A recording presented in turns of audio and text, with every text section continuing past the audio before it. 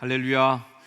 예배 감격과 찬양의 기쁨을 마음껏 누리는 11월의 첫 주일날 되기를 축복합니다. 또 예배의 감동을 안고 세상에 나가서 예수 그리스도의 마음으로 섬겨나가는 희망의 전달자가 되시는 성도가 되기를 축복합니다. 우리가 흔히 수가성 우물가의 여인이라고 불리우는 이 여인과 예수님의 만남은 아마 여러분들이 머릿속에 이미 훤하게 그림이 그려져 있으리라고 생각합니다. 그 뜨거웠던 정오의 뙤약볕 아래에서 만난 예수님과 한 여인과의 만남은 그 여인 한 개인뿐만 아니라 그 모든 주변의 사람들의 변화를 이끌어 나가는 큰 충격의 한 시점이 되었습니다.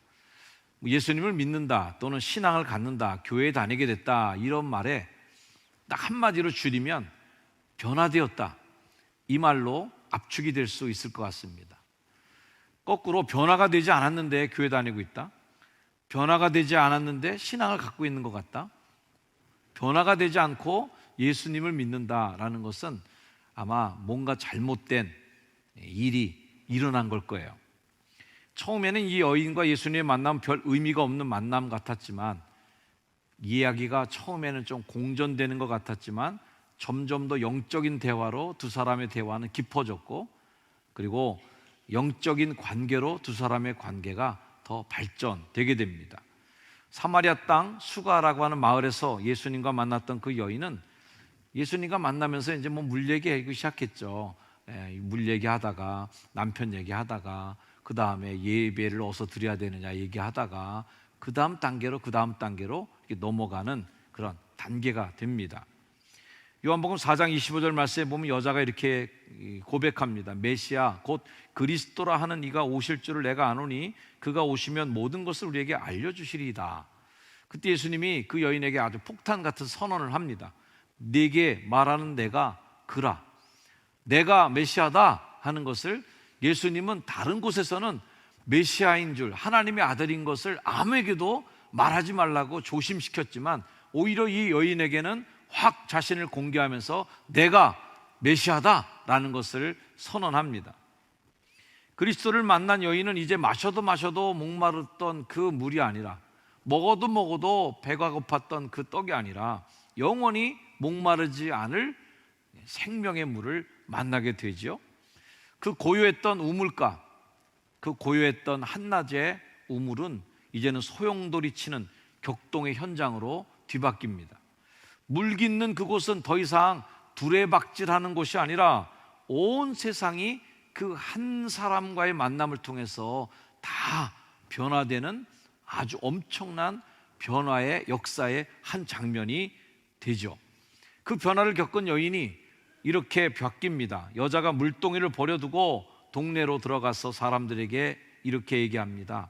내가 행한 모든 일을 내게 말한 사람을 와서 보라, 이는 그리스도가 아니냐 하니 동네에서 사람들이 다 그 물물가로 모이는 장면이 바로 엄청난 파장이 일어나는, 한 여인의 가슴에 던져진 그 복음, 예수 그리스도라고 하는 그 작은 돌 하나가 한 여인을 변화시키고 동네 사람을 끌어내는 엄청난 변화의 소용돌이 속으로 가는 그런 시작을 우리가 보는 거죠. 예수님을 만나는 그 순간은, 바로 그 순간이 그런 변화를 만들어내는 겁니다. 그날 그 여자는 무엇이 바뀌었을까요? 첫째는 관점이 바뀌었습니다. 제가, 여러분들 산에 많이 가시겠지만 우리 효성동 뒷산만 가도 아주 시야가 탁 트이는 것이 보기가 좋습니다. 산에 오를 때마다 감동을 느끼는 것은 어떤 힘도 빌리지 않고 동력의 힘이나 기구의 힘이 아니라 내 두 발로 여기까지 올라왔다는 게 너무 기특하고 대견할 때가 있습니다. 더 이상 위로는 아무것도 보이지 않는 곳에 나를 올려다 놓았다는 사실이 감동될 때가 있는 거죠. 그리고 산에 올라가서 내가 걷기 시작했던 그 첫 지점을 바라보면, 야, 내가 저기서부터 여기 걸어왔어? 하는 그런 대견한, 보람 있는 긍지를 느끼는 경험들이 있을 겁니다. 저에게 그 산에 올라가는 기쁨 중에 하나는 제 눈높이가 달라지는 겁니다. 산에 골짜기 있을 때는 내 눈앞에 그 산도 보이고 나무도 보이지만 점점점 올라갈수록 아무것도 보이지 않고, 완전히 정상에 섰을 때는 더 이상 위로 보이지 않는, 다 내려다 보이는 곳에 내가 섰을 때 보이는 내 그 시야 각도, 내려다보는 그 고지에 섰을 때의 감격은 늘 산을 다시 찾게 만드는 짜릿한 경험이 됩니다. 그 높이 올라선다는 것, 그것만으로 관점의 변화를 다 말할 수는 없습니다만, 우리 인간이 두 발로 걸어 올라가서 산 위에 서는 것만으로도 내 시야와 관점이 달라지는데, 사물을 보고 가족을 보고 친구를 보고 일터를 바라보는 관점의 변화가 확 일어나는 그 고지의 나를 딱 올려놓는 그 변화, 이것이 예수를 만나는 감격의 변화인 줄로 믿습니다. 그래서 예수님을 만난 그 경험은 정말 말로 표현할 수 없는 기쁨이고, 정말 어쩔 줄 몰라 하는 그 정상에 선 기쁨을 누리는 거죠. 이런 감격과 감동을 경험했던 사람들이 성경에 사례들이 몇 가지 나옵니다. 베드로와 야고보와 요한도 예수님을 만난 다음에 배와 그물을 다 버려두고, 모든 것을 버려두고 예수님을 따릅니다. 평생을 의지하고 살았던 그 모든 것을 둘 수 있는 그 관점이 변화된 거예요. 그분을 만나면서 그런 선택의 관점이 바뀌는 거죠. 사도 바울도 자신의 삶에 일어났던 변화를 이렇게 말씀으로 고백합니다.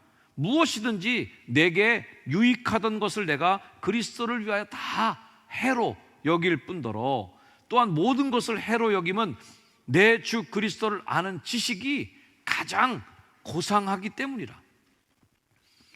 그래서 그 예수 그리스도 외에는 자랑할 것이 없다고 고백하는 사람이 탄생하게 됩니다. 내가 그를 위하여 모든 것을 잃어버리고 배설물로 여김은 그리스도를 얻고라는 거예요. 가치의 변화, 그동안 내 학벌과 모든 것에 대한 가치를 거기다 다 부여하고 성공을 위해 살았던 관점이 확 바뀌니까 이것들이 다 쓰잘데기 없는 걸로 배설물처럼 보이는, 눈이 확 바뀌는 관점의 변화가 일어난 거죠. 마태복음 13장에는 그렇게 천국에 대한 비유를 얘기하면서 밭에 묻힌 보화 얘기를 합니다. 밭에 묻힌 보화를 발견했을 때 그 사람이 관점이 확 바뀌죠. 그래서 집안에 있는 모든 자기 소유를 다 팔아서 밭을 사는데, 그게 바로 관점의 변화예요. 내 소유와 그 밭에 묻힌 항아리에 든 보물이 어떤 것이 더 가치 있는 건지를 판단하고 나서 자기의 소유를 파는 용기를 갖는 거죠. 좋은 진주를 구하는 장사꾼도 마찬가지입니다. 극히 값진 진주를 발견하는데 이 가치를 알아보니까, 야, 이게 진짜 세상에 하나밖에 없는 보물을 내가 발견했구나 라고 할 때 자기 소유를 다 팔아서 그 진주하고 바꾸는 겁니다. 그리스도를 만났다는 것은, 천국을 만났다는 것은 이런 관점의 변화를 의미하는 거죠. 한번 같이 읽어볼까요? 예수를 믿는 것은 곧 가치를 보는 눈이 바뀌는 것이다. 시작. 예수를 믿는 것은 곧 가치를 보는 눈이 바뀌는 것이다. 아멘입니까? 그런 관점의 변화가 여러분이 예수 믿는 삶의 변화, 그것을 경험하는, 그것을 경험하게 되고 한 줄, 여러분이 그렇게 된 줄로 믿습니다. 옆에 분 한번 축복해 주세요. 관점이 바뀌셨죠? 관점이 바뀌셨죠? 내가 뭘 위에다 투자할지, 내가 어디에 가치를 둘지 관점이 변화되지 않으면 예수 믿는다고 감히 우리가 말할 수 없는 거예요. 우물가의 여인도 관점이 바뀌었습니다. 처음에는 예수님을 봤을 때 왜 유대인 남자가 나한테 물 달라고 그러느냐, 그냥 유대 남자예요. 그러다가 이 산에도 말고 저 산에도 말고 신령과 진정으로 예배해야 된다 그러니까, 아이쿠야, 이 양반이 많이 아시는구나, 신령하네, 선지자입니다 라고 고백합니다. 그러다가 자신의 내면의 문제, 삶의 문제에 깊이 들어오는 대화를 하고 난 다음에는 이제는 예수님이 그리스도로 보이고 메시아로 보이게 되는 관점이, 고지가 올라갈 때마다 보는 관점이 달라진 거죠. 여인이 동네 가서 외치죠. 내가 행한 모든 일을 내게 말한 사람을 와서 보라. 이는 그리스도가 아니냐. 사람 피해서 도망쳐왔던, 땡볕에 물기를 왔던 여자가 이 동네 방네 다니면서 소리를 질러댑니다. 그리고 그동안 숨기고 싶었던 남편이 몇 있는지, 어떤 결혼 생활을 했는지, 자신의 삶에 어떤 우여곡절인지 아무에게도 말하고 싶지 않았던 그 여인이 내가 행한 모든 일을 나에게 말한 사람을 와서 봐라 좀. 자신의 인생의 치부까지도 다 까발기면서 선포하는 그 말이 있는 거죠. 관점이 달라지니까 그 여인은 물동이마저 던져놓고 뛰어나가는 겁니다. 더 귀한 것, 더 소중한 것, 더 가치 있는 것을 발견한 사람은 달라지게 되어 있습니다. 아멘. 두 번째, 이 여인은 해석이 달라졌어요. 가치를 보는 눈이 달라짐에 영향력이 어디 있냐면 해석하는 능력이 달라지는 겁니다. 해석이 굉장히 놀라운 능력을 갖고 있는데요, 같은 사물, 같은 사건을 봐도 해석이 다르면 전혀 다르게 보입니다. 이렇게 관점과 해석의 차이를 이야기할 때 안중근 의사를 많이 예제로 듭니다. 자, 안중근 하면 일본 사람들은 역사책에 뭐라고 기록해 놨을까요? 테러범, 민족의 영웅을 들인 아주 나쁜 놈 중에서 아주 상 나쁜 놈, 이렇게 기록해 놓을 것입니다. 그러나 우리 민족은 안중근 의사를 어떻게 얘기합니까? 민족을 구원한 영웅 같은 존재로 안중근 의사 하면 아주 존경스러운, 대한민국의 존경스러운 인물 중에 빠지지 않고 들어가는 분이 안중근이거든요. 이렇게 한 사건을 보는, 이또 히로부미를 암살한 그 사건 하나를 볼 때에 일본에서 보는 해석과 한국에서 보는 해석은 완전히 천지 차이예요. 이게 해석의 차이입니다. 사마리아 여자는 예수님을 만나면서 자신의 인생을 해석하는 게 달라진 거죠.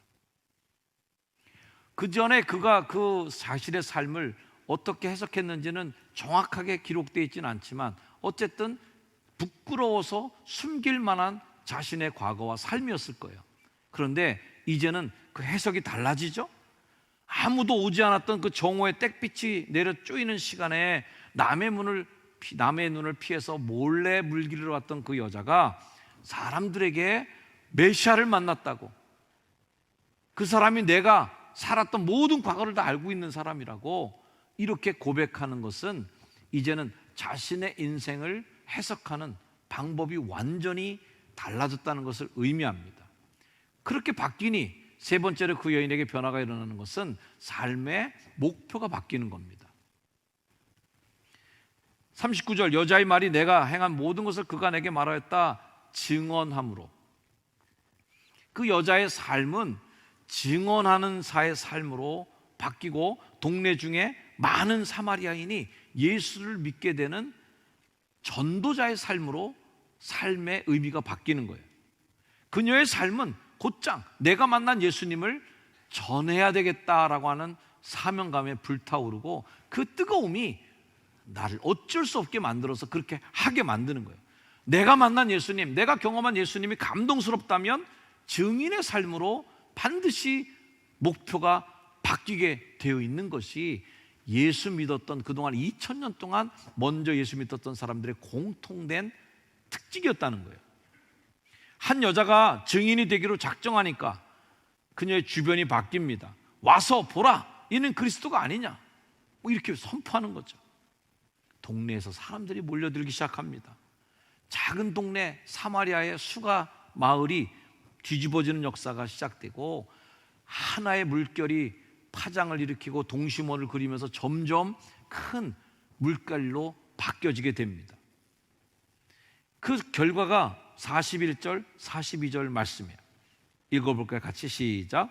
예수의 말씀으로 말미암아 믿는 자가 더욱 많아 그 여자에게 말하되 이제 우리가 믿는 것은 네 말로 인함이 아니니 이는 우리가 친히 듣고 그가 참으로 세상의 구주신 줄 알미라 하였더라.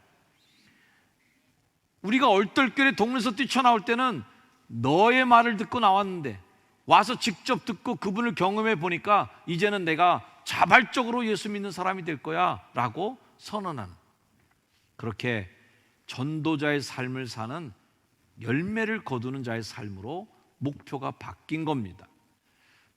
마지막 변화는 나의 변화가 주변을 변화시키는 것입니다. 한 사람이 자신의 삶을 바라보는 관점이 바뀌고 삶을 해석하는 능력이 바뀌고 목표가 바뀌니 어떤 역사가 일어나는가? 주변에 영향력을 끼치게 됩니다. 오늘 설교의 제목처럼 파장이 시작되면 호수 전체를 다 물살을 만들어 나가는 그런 주변을 변화시키는 힘이, 능력이 되는 거죠. 그 여인은 수가라가는 마을에서 빼놓을 수 없는 변화에 선한 영향력을 끼치는 여인이 된 겁니다. 사랑하는 성도 여러분, 예수님을 만난 변화된 삶은 어떤 열매로 나타나야 될까요? 우리는 성경 말씀을 잘 압니다. 그 나무가 좋은 나무인지 나쁜 나무인지 알아보려면 열매를 보고 그 나무를 안다는 겁니다. 한 사람의 인격과 삶과 신앙을 점검해 보려면 어떻게 해야 되나요? 주변을 보면 됩니다. 그 가정을 봐야 되고 자녀를 봐야 되고 그 주변의 사람들에게 그 사람에게 어떤 영향력을 받았는지, 어떤 선한 영향을 끼쳤는지를 보면 그 사람이 좋은 나무였는지 나쁜 나무였는지를 알 수가 있습니다. 예수님은 제자들에게 자신의 비전을 밝힌 바가 있었어요. 어떤 비전이냐면, 나를 보내신 이의 뜻은 내게 주신 자 중에 내가 하나도 잃어버리지 않고 다 살리는 거야. 한 명도 난 안 잃어버리고 다 살릴 거야 하고 하는 예수님의 삶의 비전이 있는 거예요. 마찬가지로 오늘 이 본문이 위치했던 요한복음 4장 말씀의 결론 부분을 보면 어떤 말씀으로 마무리가 되냐면, 너희는 넉 달이 지나야 추수할 때가 이르겠다 하지 않느냐. 그러나 나는 너에게 이르노니 너희 눈을 들어 밭을 보라. 휘어져 추수하게 되었도다.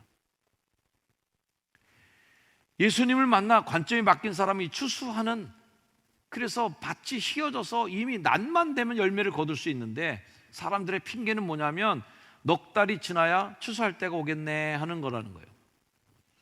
좀 형편 좀 좋아지면 주를 위해 내가 살겠는데, 좀 더 많이 모아지면 그때 주를 위해서 한번 내가 쓸 텐데, 좀 더 내가 건강해지면 그때 봉사 좀 더 할 텐데 라고 하는 말로 넉 달이 지나야 추수할 때가 오겠구나 하는 말로 계속 삶을 밀어내고 있는 거죠. 36절, 거두는 자가 이미 삭도 받고 영생에 이르는 열매를 모으나니 이는 뿌리는 자와 거두는 자가 함께 즐거워하게 하려 함이라. 누군가에게 전도할 수 있고 누군가에게 겉면에서 사람을 살려내고 북돋아줘서 세우는 것은요, 뿌리는 자와 거두는 자가 함께 즐거워하는 정말 하나님의 놀라운 섭리 중에 하나예요. 전도라고 하는 것은 전도 받는 사람도 전도받고 기뻐하지만 더 기쁜 사람이 누구예요? 전도하는 사람. 전도에서 그 열매를 보는 사람이 더 기뻐요. 이거죠. 다음 주는 추수감사주일날 우리가 함께 연합예배로 모이게 되었는데, 요즘에 교회 안 보이는 분들의 얼굴이 자꾸 제가 떠오릅니다. 누가 안 보이는데 어떻게 지내시나? 어느 분이 예배 때 본 지가 참 오래된 것 같은데 나 몰래 예배당 왔다 가시나? 저쪽에서만 인사하니까 3층에 계신 분들은 휙 가버리면 뭐 얼굴도 못 보고 가버리시니까 제가 못 알아보는 분도 있을 것 같기도 하고, 그래서 전도사님들이 자꾸 물어봐요. 어제도 식사하면서 누군가 물어봤더니 전사님 연락하셨나 봐. 그분이 오셨어요. 오늘 예배에 오래간만에 오셨더라고요. 예수님을 만나 관점이 바뀐 사람은 밭이 휘어져서 추수를 기다리는 걸 보는 거죠. 그래서 낫을 들고 밭으로 나가는 사람이죠. 다음 주일 우리 추수감사절 연합예배 때에 그동안 낙심했던 분들을 좀 세워주시고, 그동안 용기가 없어서 못 나왔던 분들을 좀 북돋아 주시고, 그렇게 초대하고 그분이 온 걸 보고 내가 기쁘고 그분은 다시 회복되는 걸 보며 자신을 기뻐할 수 있는 은혜의 시간이 되기를 바랍니다. 세상 모든 사람이 한 사람도 잃어버리지 않는 것, 이게 예수님의 비전입니다. 세상 모든 사람들에게 영원히 목마르지 않는 물, 먹어도 배가 고프지 않을 하나님의 생명의 떡을 먹이는 것이 예수님의 비전인 거예요. 오늘 예수 그리스도의 살과 예수 그리스도의 피를 나눠 먹는 성찬을 통해서 우리는 하나님과 우리와 하나됨의 역사를 경험하게 되고, 영원히 목마르지 않을, 영원히 배고프지 않을 생명의 떡과 생명의 포도주를 먹고 마시는 은혜가 여러분에게 부어지기를 또한 주의 이름으로 축원합니다. 전도자의 삶을 산다는 것은 뿌리는 자와 거두는 자가 함께 기뻐하는 것이다. 사랑하는 성도 여러분, 우리 효성중앙교회는 효성동에 세워진 첫 번째 교회입니다. 고요했던 이 동네,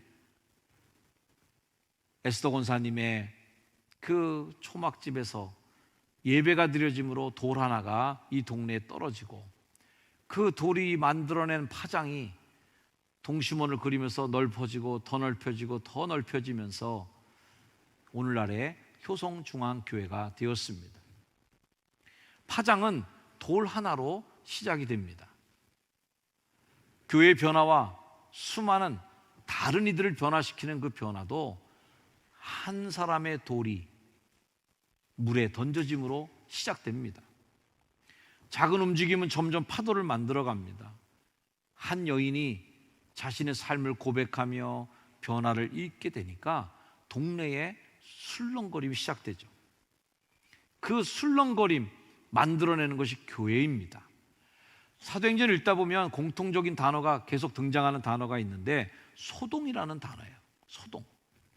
성령 받고 방언하는 걸 보니까 사람들이 소동이 일어났어요. 새술에 취했다. 저 사람들 무슨 술 먹고 저렇게 취했냐? 깜짝 놀랍니다. 복음이 전해지는 곳마다 적지 않게 소동이 일어납니다. 이스라엘 사람들, 평안히 살았던 사람들의 마음속에 불을 지릅니다. 그래서 베드로의 설교를 듣는 사람들이 형제들아, 우리가 어찌할꼬? 어떻게 해야 되는 거야? 하는 말을 외치게 되죠. 복음은 우리를 가만히 놔두지 않는 속성이 있습니다. 복음을 갖고서 가만히 두는 것은 한 달란트 받고 땅에 묻어두는 그런 무익한 종이죠. 예수님 한 분이 하늘 보좌를 버리시고 땅에 오심으로 이 구원의 파도를 만들어 가신 것처럼 우리 교회가 효성동에 처음 세워진 교회로서 이 지역을 변화시켜 나가는 파도를 만든 것처럼 바로 여러분이 한 분 한 분이 그 파도를 만들어 나가고 파장을 만들어 나가는 진원지가 되어주시기를 주의 이름으로 축원합니다. 가족 중에 한 사람만 예수 믿어도 그 사람이 파장을 일으켜야 돼요. 제가 어렸을 때부터 봤던 교회의 모습 중에 하나는 교회 학교에 꼬맹이 하나만 그 집에서 나와도 그 집이 다 구원받는 거였습니다. 교회 학교 어린이 한 명이 유치원 다니는 유치부 어린이 하나가 집에 가서 울면서 엄마 아빠한테 엄마 오늘 설교 들으니까 엄마 아빠 지옥 간대 울고 엄마 아빠를 부둥켜 안고 우는 아이 하나가 부모들을 전도해서 오게 되고 이런 사례들이 있었어요. 충격받았대. 그 부모들이 한 번도 자기들이 지옥 간다는 생각을 안 했는데 그 꼬맹이가 엄마 아빠 지옥 가면 어떡하냐고 눈물 짓고 우는데 부모가 너무 뭉클해서 감동받아서 교회 왔다는 거예요. 꼬맹이 하나도 가족을 구원하고 교회 학교 꼬맹이 하나도 온 가족을 구원하는 일들이 많이 있었습니다. 왜 그래요? 그게 복음이에요. 파장력이 있는 거예요. 친구들 한 사람만 예수 믿어도 그 사람이 파장의 중심이죠. 우리 교회는 세상이 감당할 수 없는 교회로 세상을 변화시켜 나가고 이 땅을 변화시켜 나가는 견인차, 파장의 진원지가 되는 교회가 되기를 축복합니다. 예수님을 만난 후 관점이 달라지셨습니까?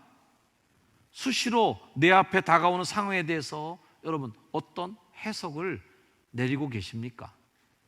무엇을 위해 살 것인가? 삶의 목표가 달라지셨습니까? 이것이 예수 믿는 삶이죠. 하나 더, 나로 말미암아 내 주변에도 변화가 일어나고 있습니까? 이번 감사절은 그런 나의 변화를 통해서 우리 속도원들에게, 나의 변화를 통해서 내가 사랑하는 가족들에게, 나의 자녀들에게, 나의 부모들에게도 그 파장이 전달되어가는 은혜의 축복의 축제의 날이 되기를 소망해 봅니다. 예수님을 믿는다는 그것은 나의 변화를 통해 누군가에게 그 여인처럼 버선발로 뛰어가면서 와서 보라고, 눈 감아버리고 포기하고 모른 척하는 사람이 되지 말고 권하고 전하고 손잡아 줄 수 있는 변화의 파장을 일으키는 여러분 되시기를 다시 한번 주의 이름으로 축원합니다. 기도하겠습니다. 하나님, 나를 통하여 주님 선한 변화를 일으켜 주시고 세상에 복음의 파도, 성령의 파도, 행복의 파도를 만들어 나가는 파장을 일으키는 진원지가 된 성도들 되게 하옵소서. 예수님의 이름으로 기도드립니다. 아멘.